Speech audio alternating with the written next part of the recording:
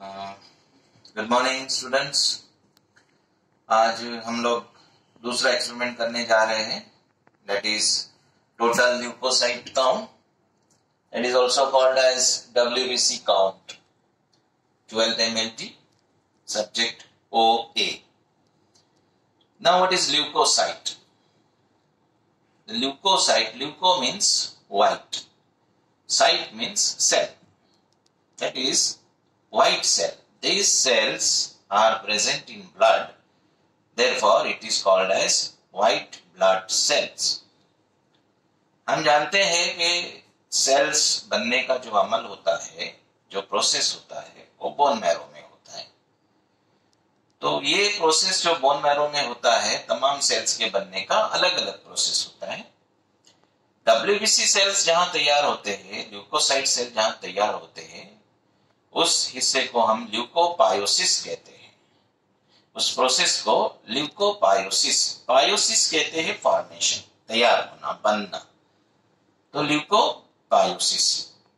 इसी तरह से बोन मैरो में एक हिस्से में जब रेड ब्लड सेल्स बनते हैं तो उस अमल को हम कहते हैं erythropoiesis. Erythro means red blood cells, poiesis means formation. इसी तरह से जब प्लेटलेट्स तैयार होते हैं तो प्लेटलेट्स के बनने के अमल को हम कहते हैं थ्रोम्बोपायोसिस। थ्रोम्बो कहते हैं प्लेटलेट्स को, पायोसिस यानी फॉर्मेशन। तो ये तमाम जो ब्लड सेल्स है या ब्लड में पाए जाने वाले जितने भी सेल्स है, इनके बनने का अमल जो होता है वो बोन मैरो में होता है। और बोन मैरो जो है एक स्पेशलाइज कनेक्टिव टिश्यू होता है। तो आज हम इसमें पढ़ेंगे टोटल ल्यूकोसाइट काउंट, यानी WBC सेल्स की गिनती कैसे करेंगे। तो WBC सेल्स की गिनती करने के लिए सबसे पहले हम देखेंगे कि हमें किन किन चीजों की जरूरत होती है। तो नंबर 1 है माइक्रोस्कोप, ये माइक्रोस्कोप है। फिर उसके बाद में सबसे इंपॉर्टेंट चीज जो है वो न्यूबॉर्स चेंबर। ये देखिए, ये है न्यूबॉर्स चेंबर, आप इसको देख सकते हैं। इसमें 2 हिस्से होते हैं, यहाँ पर भी मार्किंग होती है, यहाँ पर मार्किंग होती है। इस हिस्से के एम्प्टी स्पेस को गटर ऑफ न्यूबर चेंबर्स कहते हैं। न्यूबर्स चेंबर ये सेल्स की गिनती के लिए इस्तेमाल होता है। चाहे आप रेड ब्लड सेल्स की गिनती करो, चाहे आप व्हाइट ब्लड सेल्स की गिनती करो, चाहे आप प्लेटलेट की गिनती करो, सीमेन में स्पर्म्स की गिनती करो, तो इसे तमाम जो सेल्स है उसको गिनने के लिए हम इस न्यूबर चेंबर का इस्तेमाल कहते हैं। तो सेल्स, तो इसीलिए ये सेल्स की गिनती करता है, इसलिए इसको साइटोमीटर भी कहते हैं। साइटो यानी सेल्स, मीटर यानी गिनना, तो साइटोमीटर, न्यूबॉर्स चेंबर। तो न्यूबॉर्स चेंबर। फिर उसके बाद हमें जरूरत है WBC डाइल्यूटिंग फ्लूइड की। ये देखिए, ये WBC डाइल्यूटिंग फ्लूइड है, इसके ऊपर लिखा हुआ है व्हाइट WBC काउंटिंग फ्लूइड। तो it is WBC diluting fluid. क्या होता है WBC डाइल्यूटिंग फ्लूइड? जैसे कि हम इस एक्सपेरिमेंट में सिर्फ ल्यूकोसाइट की गिनती करने जा रहे हैं, और ब्लड में तो सारे सेल्स होते हैं, प्लेटलेट भी होता है, RBC भी होता है, ल्यूकोसाइट भी होता है। तो हमें सिर्फ ल्यूकोसाइट गिनना है। तो ल्यूकोसाइट गिनने के लिए हमारे पास एक खास किस्म का डाइल्यूटिंग फ्लूइड चाहिए जो सिर्फ WBC सेल्स को प्रिजर्व करे, महफूज करे, ताकि गिनने में आसानी हो, और दीगर सेल्स को वो ब्लड से हटा देता है। इसलिए हम WBC डाइल्यूटिंग फ्लूइड का इस्तेमाल करते हैं। ऐसी क्या चीज होती है इस डाइल्यूटिंग फ्लूइड में जो सिर्फ WBC सेल्स को रखते हैं और रेड ब्लड सेल्स को हटा देते हैं? तो इसका जो कंटेंट है, कंपोजिशन है, इसमें ग्लेशियल एसिटिक एसिड होता है। क्या होता है? Glacial acetic acid. और ग्लेशियल एसिटिक एसिड कलरलेस होता है, लेकिन अब आपको यहाँ दिख रहा है ब्लू कलर में। तो इसमें ग्लेशियल एसिटिक एसिड के साथ में हम मिथिलीन ब्लू ऐड करते हैं। तो मिथिलीन ब्लू क्या है? एक न्यूक्लियर स्टेन है जो सेल्स के न्यूक्लियस को स्टेन करता है। तो कंपोजिशन क्या रहेगा? आप अगर 10 ml ग्लेशियल एसिटिक एसिड लेते हैं तो उसमें 1 drop of methylene blue add कर दीजिए, तो आपका डाइल्यूटिंग फ्लूइड तैयार हो जाएगा। तो डाइल्यूटिंग फ्लूइड का कंपोजिशन क्या है? Acetic acids and 1 drop of methylene blue. If you are preparing for 10 ml, So 10 ml glacial acetic acid and 1 drop of methylene blue. तो इस तरह से हम जो है WBC डाइल्यूटिंग फ्लूइड का इस्तेमाल करते हैं और इसकी गिनती के लिए खास किस्म की पिपेट का इस्तेमाल होता है जिसे हम WBC डाइल्यूटिंग पिपेट कहते हैं। अब इस पिपेट की खासियत होती है इसमें 3 तरह के निशान होते हैं। कितने तरह के? 3 तरह के, 3 types of mark. One mark is 0.5, another mark is 1.0 and third mark is 11. So there are 3 marks in WBC diluting pipette. One is 0.5, second one is 1.0 or 1 and this is 11. And in this balloon, the characteristic of this pipette is the white bead is present. If you see, the very small type of bead is there. So it is called as white bead. See, this is white bead. So the characteristic of this WBC pipette. If somebody will ask you, okay, what is the difference between RBC and WBC pipette? So the WBC pipette में 3 तरह के mark होते हैं, 0.5, 1 और 11 और balloon में जो है एक व्हाइट बीड होता है, इसलिए हम इसको WBC डाइल्यूटिंग पिपेट कहते हैं।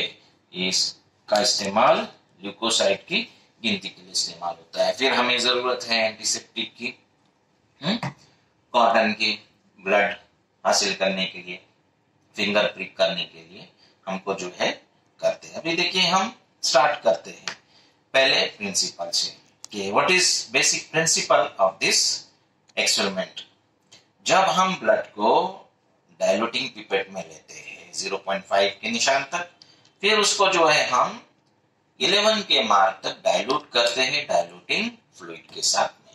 तो जब ब्लड डाइल्यूटिंग फ्लूइड के साथ में मिल जाता है तो ये डाइल्यूटिंग फ्लूइड इस ब्लड में मौजूद तमाम cells, all cell except WBC, सबको हटा देते हैं, लाइस कर देते हैं और सिर्फ WBC को प्रिजर्व कर देते हैं। So this is the basic principle behind this diluting fluid and WBC count. This WBC diluting fluid is lysis and remove all the types of cells in the blood except WBC and they preserves the WBC cells. Now, what is the procedure for this experiment? The very simple procedure. First, we have to take the blood sample. Either we take the blood sample in EDTA or we can take blood sample from capillary blood. So today we will do with the capillary methods. So we should know how to correct the capillary method. Just clean the finger, take needle, disposable needle. Keep ready your diluting like this. Just prick it and first drop should be removed. Then slowly take blood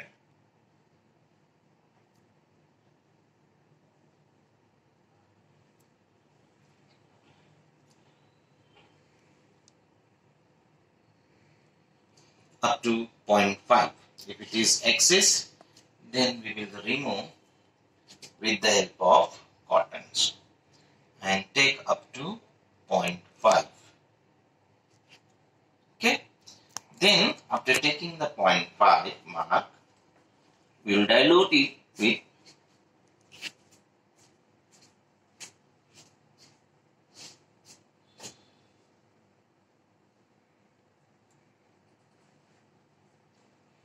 up to the mark of 11.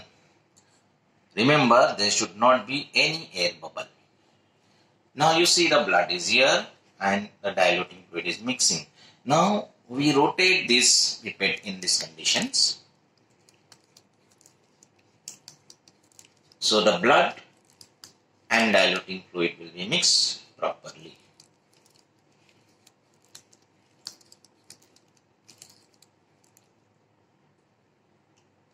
See, the color of blood is changed. All red blood cells are removed. You can mix it.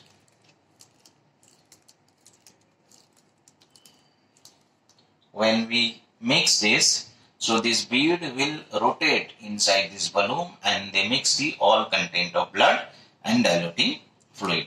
Now keep this pipette on the table for a moment.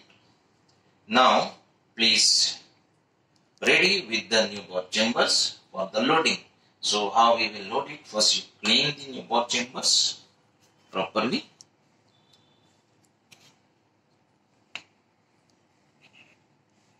You can keep on table also like this. Okay. Then take one cover slip.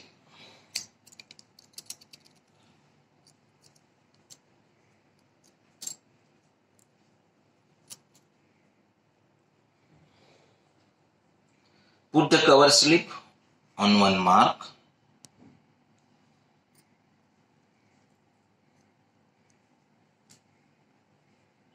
Okay. Then after 3 to 4 minutes, you just discard 2 drops of solution. Why we discard? When we mixing, जब हम mix करते हैं तो diluting fluid शुरू में होता है, last में, और ब्लड यहाँ आता है. अगर हम डायरेक्टली इसको लोड करेंगे तो सिर्फ फ्लूइड आ जाएगा, उसमें ब्लड का सैंपल नहीं आएगा. इसलिए हम क्या करते हैं, इसमें से 2 ड्रॉप डिस्कार्ड कर देते हैं. तो अभी हम इसमें से 2 ड्रॉप डिस्कार्ड कर देंगे. देखिए कैसे, 1 2. Now next drop you will just touch with this Neubauer chamber. See, the solution is entered inside the Neubauer chambers and cover slip, in between the Neubauer chambers and cover slip. Now keep for 1 minute, so the solution will settle down on the Neubauer chambers. After that, we have to adjust this Neubauer chamber under the microscope. First we adjust under the low power of microscope. I will adjust it just on the microscope. See, these are the lenses of microscope. This is low power, this is high power, and this is emulsion oil. So first we adjust in low power.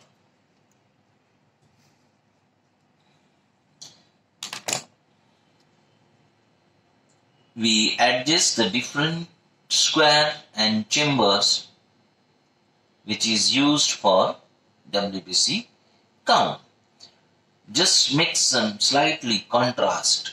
Light को थोड़ा सा कम कर देंगे Aries के जरिए, या तो जो आपका लाइट का यहाँ पे सोर्स होता है इसी यहाँ पे कम ज्यादा करने के लिए आप उससे कम कर सकते हैं, ताकि आप जो है WBC सेल्स को एकदम क्लियरली देख सकें. तो जब आप न्यूबॉर चेम्बर्स को माइक्रोस्कोप पर लोड करेंगे तो आपको उसमें डिफरेंट चेम्बर्स दिखेंगे न्यूबॉर चेम्बर के, जो आपने L1 में स्टडी की है. फिर भी हम देखते हैं कि जब हम न्यूबॉर चेम्बर्स माइक्रोस्कोप में एडजस्ट करते हैं तो हमें उस चेम्बर्स में कौन कौन से खाने दिखाई देते हैं, कौन कौन से स्क्वायर दिखाई देते हैं, और उसका इस्तेमाल हम काउंटिंग के लिए करते हैं. तो देखिए ये हमारा न्यूबॉर चेम्बर है. अभी न्यूबॉर चेम्बर के 2 हिस्से हैं, एक यहाँ पर एक यहाँ पर. दोनों साइड में निशानात होते हैं, दोनों साइड में मार्किंग होते हैं.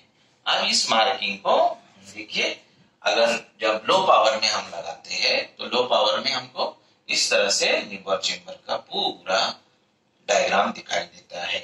अब इस डायग्राम में देखिए कि न्यूबॉर चेम्बर्स के 4 हिस्से, 4 सिरे में 4 कॉर्नर्स, 1 2 3 4, 4 बड़े स्क्वायर्स होते हैं. ये 4 बड़े स्क्वायर्स में अगर आप देखेंगे तो इसमें 1 2 3 4 8 12 एंड 16 स्क्वायर्स होते हैं. इसमें भी 16 स्क्वायर होते हैं, इसमें भी 16 स्क्वायर होते हैं, इसमें भी 16 स्क्वायर होते हैं. अब ये जो 4 खाने हैं बड़े, 4 जो स्क्वायर है, इसको हम WBC सेल्स के गिनती के लिए इस्तेमाल करते हैं. तो जो 4 खाने होते हैं हम उनको नाम दे देते हैं. पहला जो है W1, दूसरा जो है W2, तीसरा जो है W3, चौथा जो है W4। इस तरह से हम 16, 16, 16, 16, सो टोटल 64 स्क्वायर में हम 64 स्मॉल स्क्वायर में हम WBC सेल्स को काउंट करते हैं। अब कैसे काउंट करेंगे? जब आप नेबोर चेंबर्स को एडजस्ट करेंगे माइक्रोस्कोप में, तो जैसे फॉर एग्जांपल ये आपका W1 है, 1 2 3 4, 1 2 3 4, दिस इज W1। अब इस W1 में आप देखेंगे कि WBC सेल्स आपको कहां दिखाई देते हैं। तो you will get a black in blue colour, black blue color dot like structures down in shape like this. This will be the WBC cells. You can see under the microscope. So these cells we have to count. ये sales हमको गिनना है, कितने हैं इसमें? 1 2 3, 1 2 3, 1 1 2 3 4, 3 2 5 6 7 8 9 10, ऐसे 11 12 13 14 15 16 17 18 19 20 21 22 23 24 25 26। अगर 26 sales हमको दिखाई देते हैं तो ये हो गया W1 की गिनती 26। इसी तरह से हम W2 में गिनेंगे। ये सारा प्रोसीजर माइक्रोस्कोप में होगा, W1 में, W2 में, W3 में, W4 में। गिनते वक्त आप एक चीज का ध्यान रखेंगे कि अगर कोई सेल्स ऐसे मार्जिन पर हो या लाइन पर हो इस तरह से, तो इस सेल को हम नहीं गिनेंगे। कोई भी सेल्स गिनने के लिए आप ध्यान रखिएगा कि अगर सेल्स का मैक्सिमम हिस्सा लाइन के उस खाने के अंदर हो, इस तरह से हो, तो हम इस सेल्स को इस स्क्वायर में गिन सकते हैं। अगर सेल्स आपको लाइन पर इस तरह से दिखाई दे तो हम इस सेल्स को ना इधर गिनेंगे ना के इधर गिनेंगे, तो ये सेल को नहीं गिनना है। इस तरह से हम W1, W2, W3 और W4 में सेल्स की गिनती करेंगे। तो ये जो गिनती होगी इसको हम कहते हैं N। क्या कहेंगे? N is number of cells counted in W1 plus W2 plus W3 plus W4। ये हो गया हमारा नंबर ऑफ सेल्स जो हमने माइक्रोस्कोप में गिना। तो क्लियर, यहां तक समझ में आया?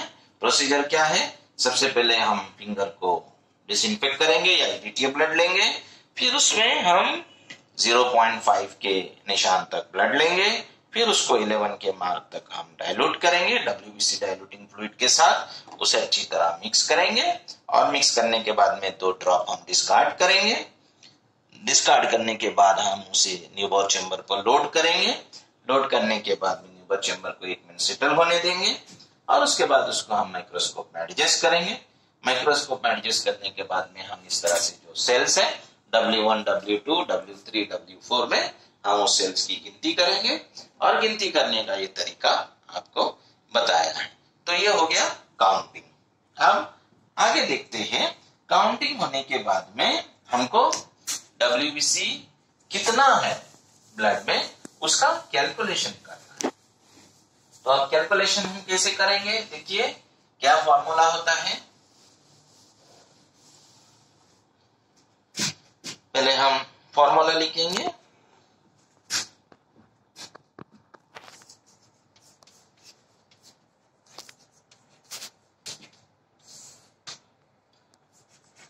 WBC cells per cubic mm is equal N into D pound A into D.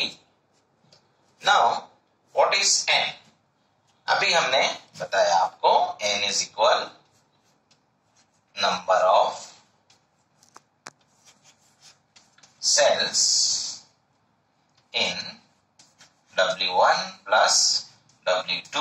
Plus W3 plus W4। उसके बाद में D, D is equal dilution. अब डाइल्यूशन क्या है, जैसे आपने देखा this is WBC pipette,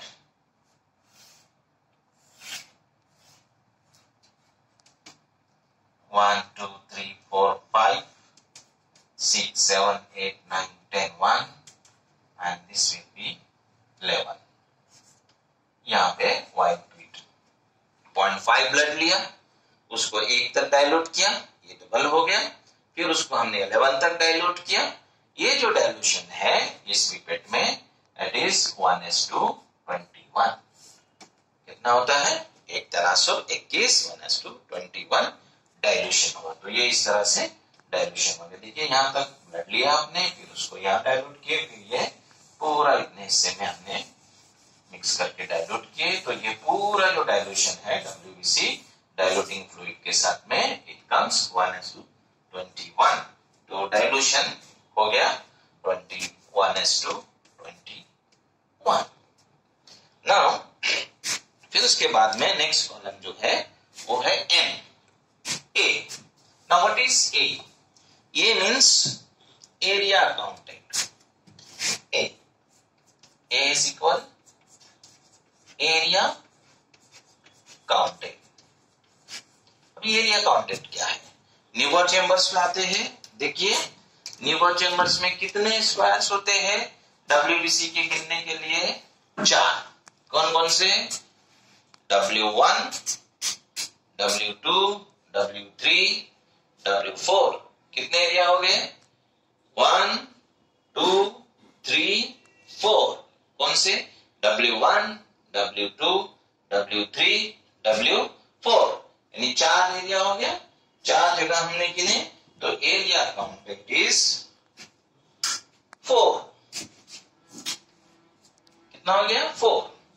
now last में जो दी है D is equal depth factor.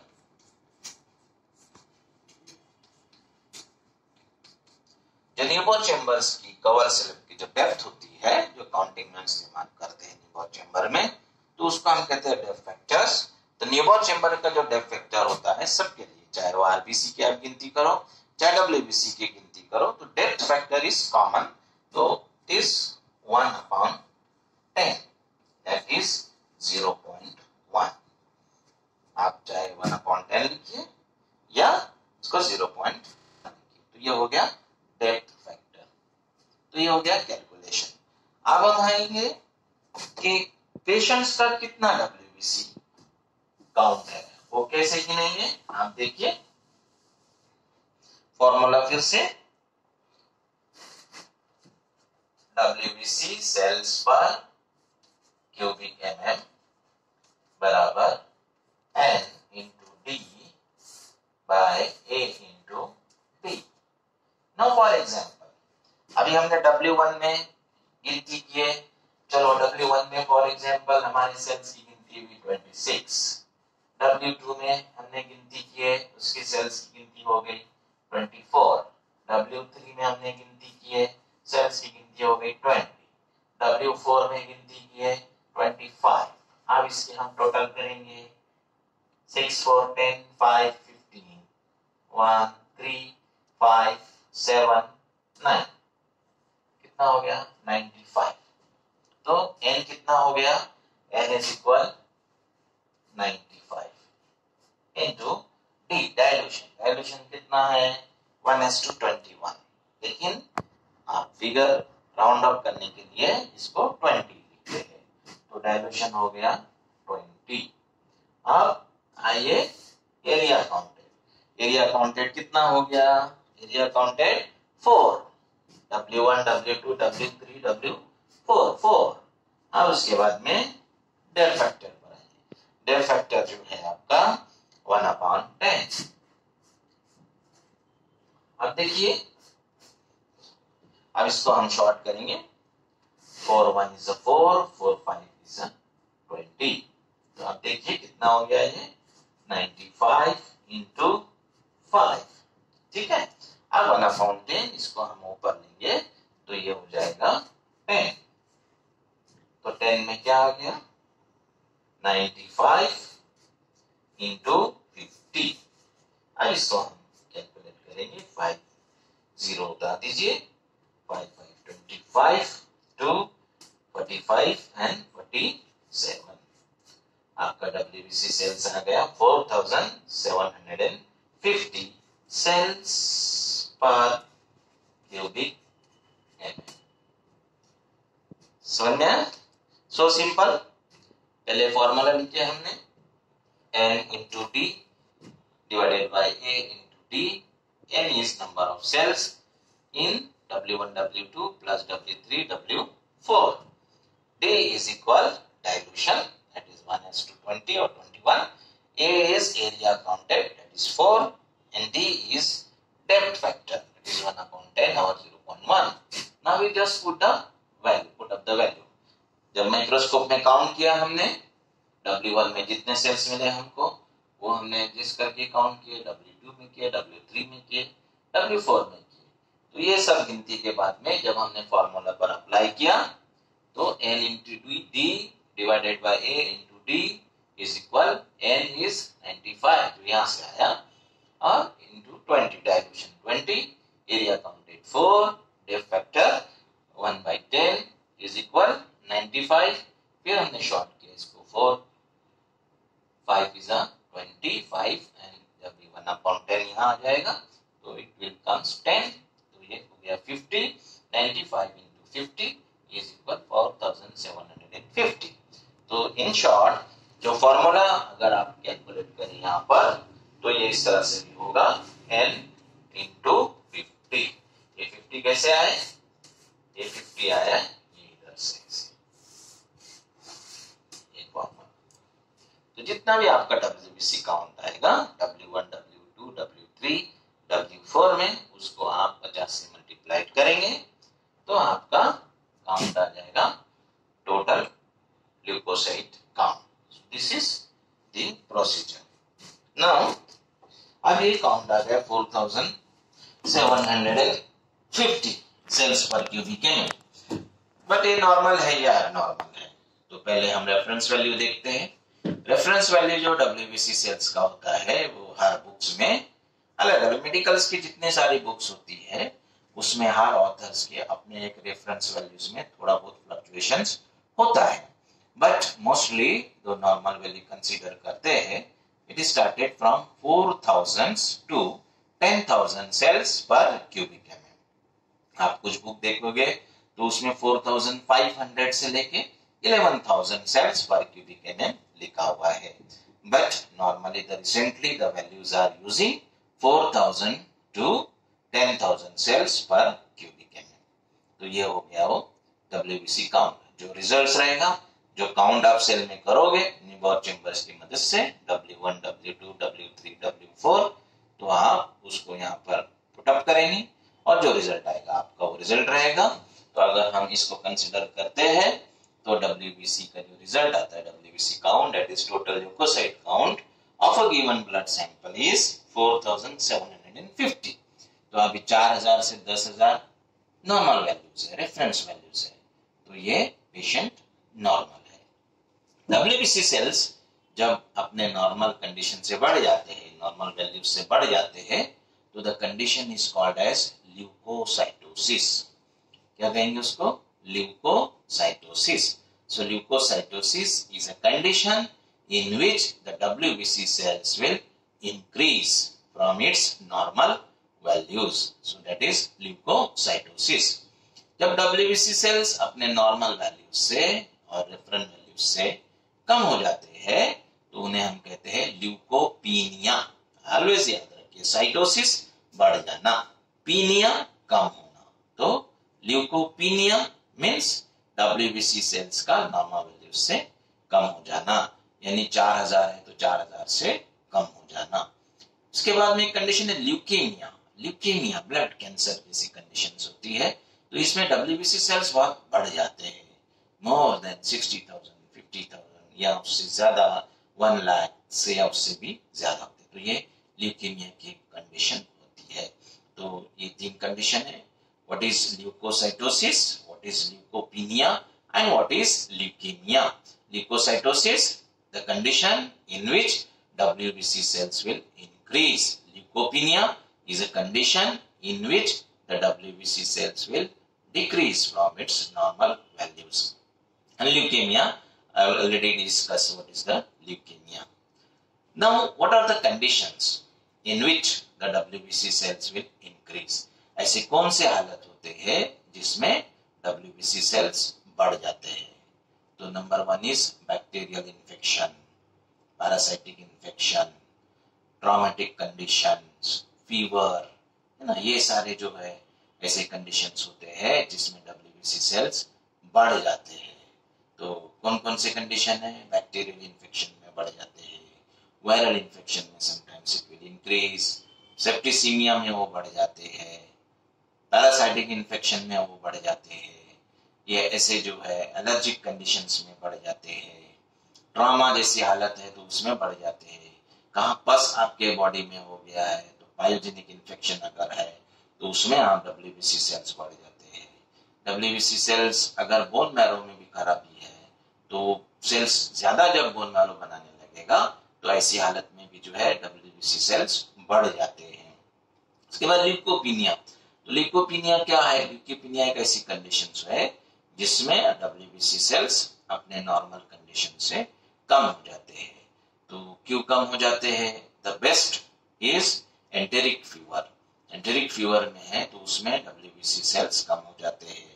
या बोन मैरो में कुछ खराबी हो जाए और बोन मैरो जो है हमारे बॉडी में सेल्स को बनाना कम कर दे या उसका प्रोडक्शन कम हो तो ऐसी हालत में WBC सेल्स कम हो जाते हैं. तो it is leucopenia. Leukaemia is a bone marrow disease, it's a blood disease.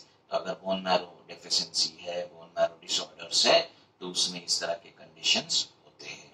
तो ये चंद कंडीशंस हो गए ल्यूकोसाइटोसिस, ल्यूकोपीनिया है.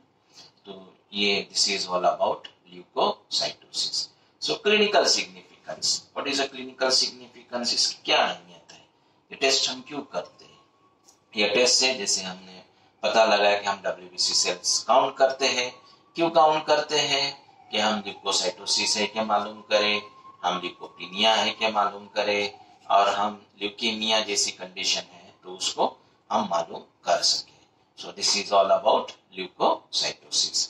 अभी ल्यूकोसाइट्स और RBC इसमें क्या फर्क होता है? ल्यूकोसाइट सेल्स जितने भी होते हैं ये सब न्यूक्लियर सेल्स होते हैं. इनमें ग्रैन्यूल्स पाए जाते हैं, ये ग्रैनुलोसाइट्स होते हैं.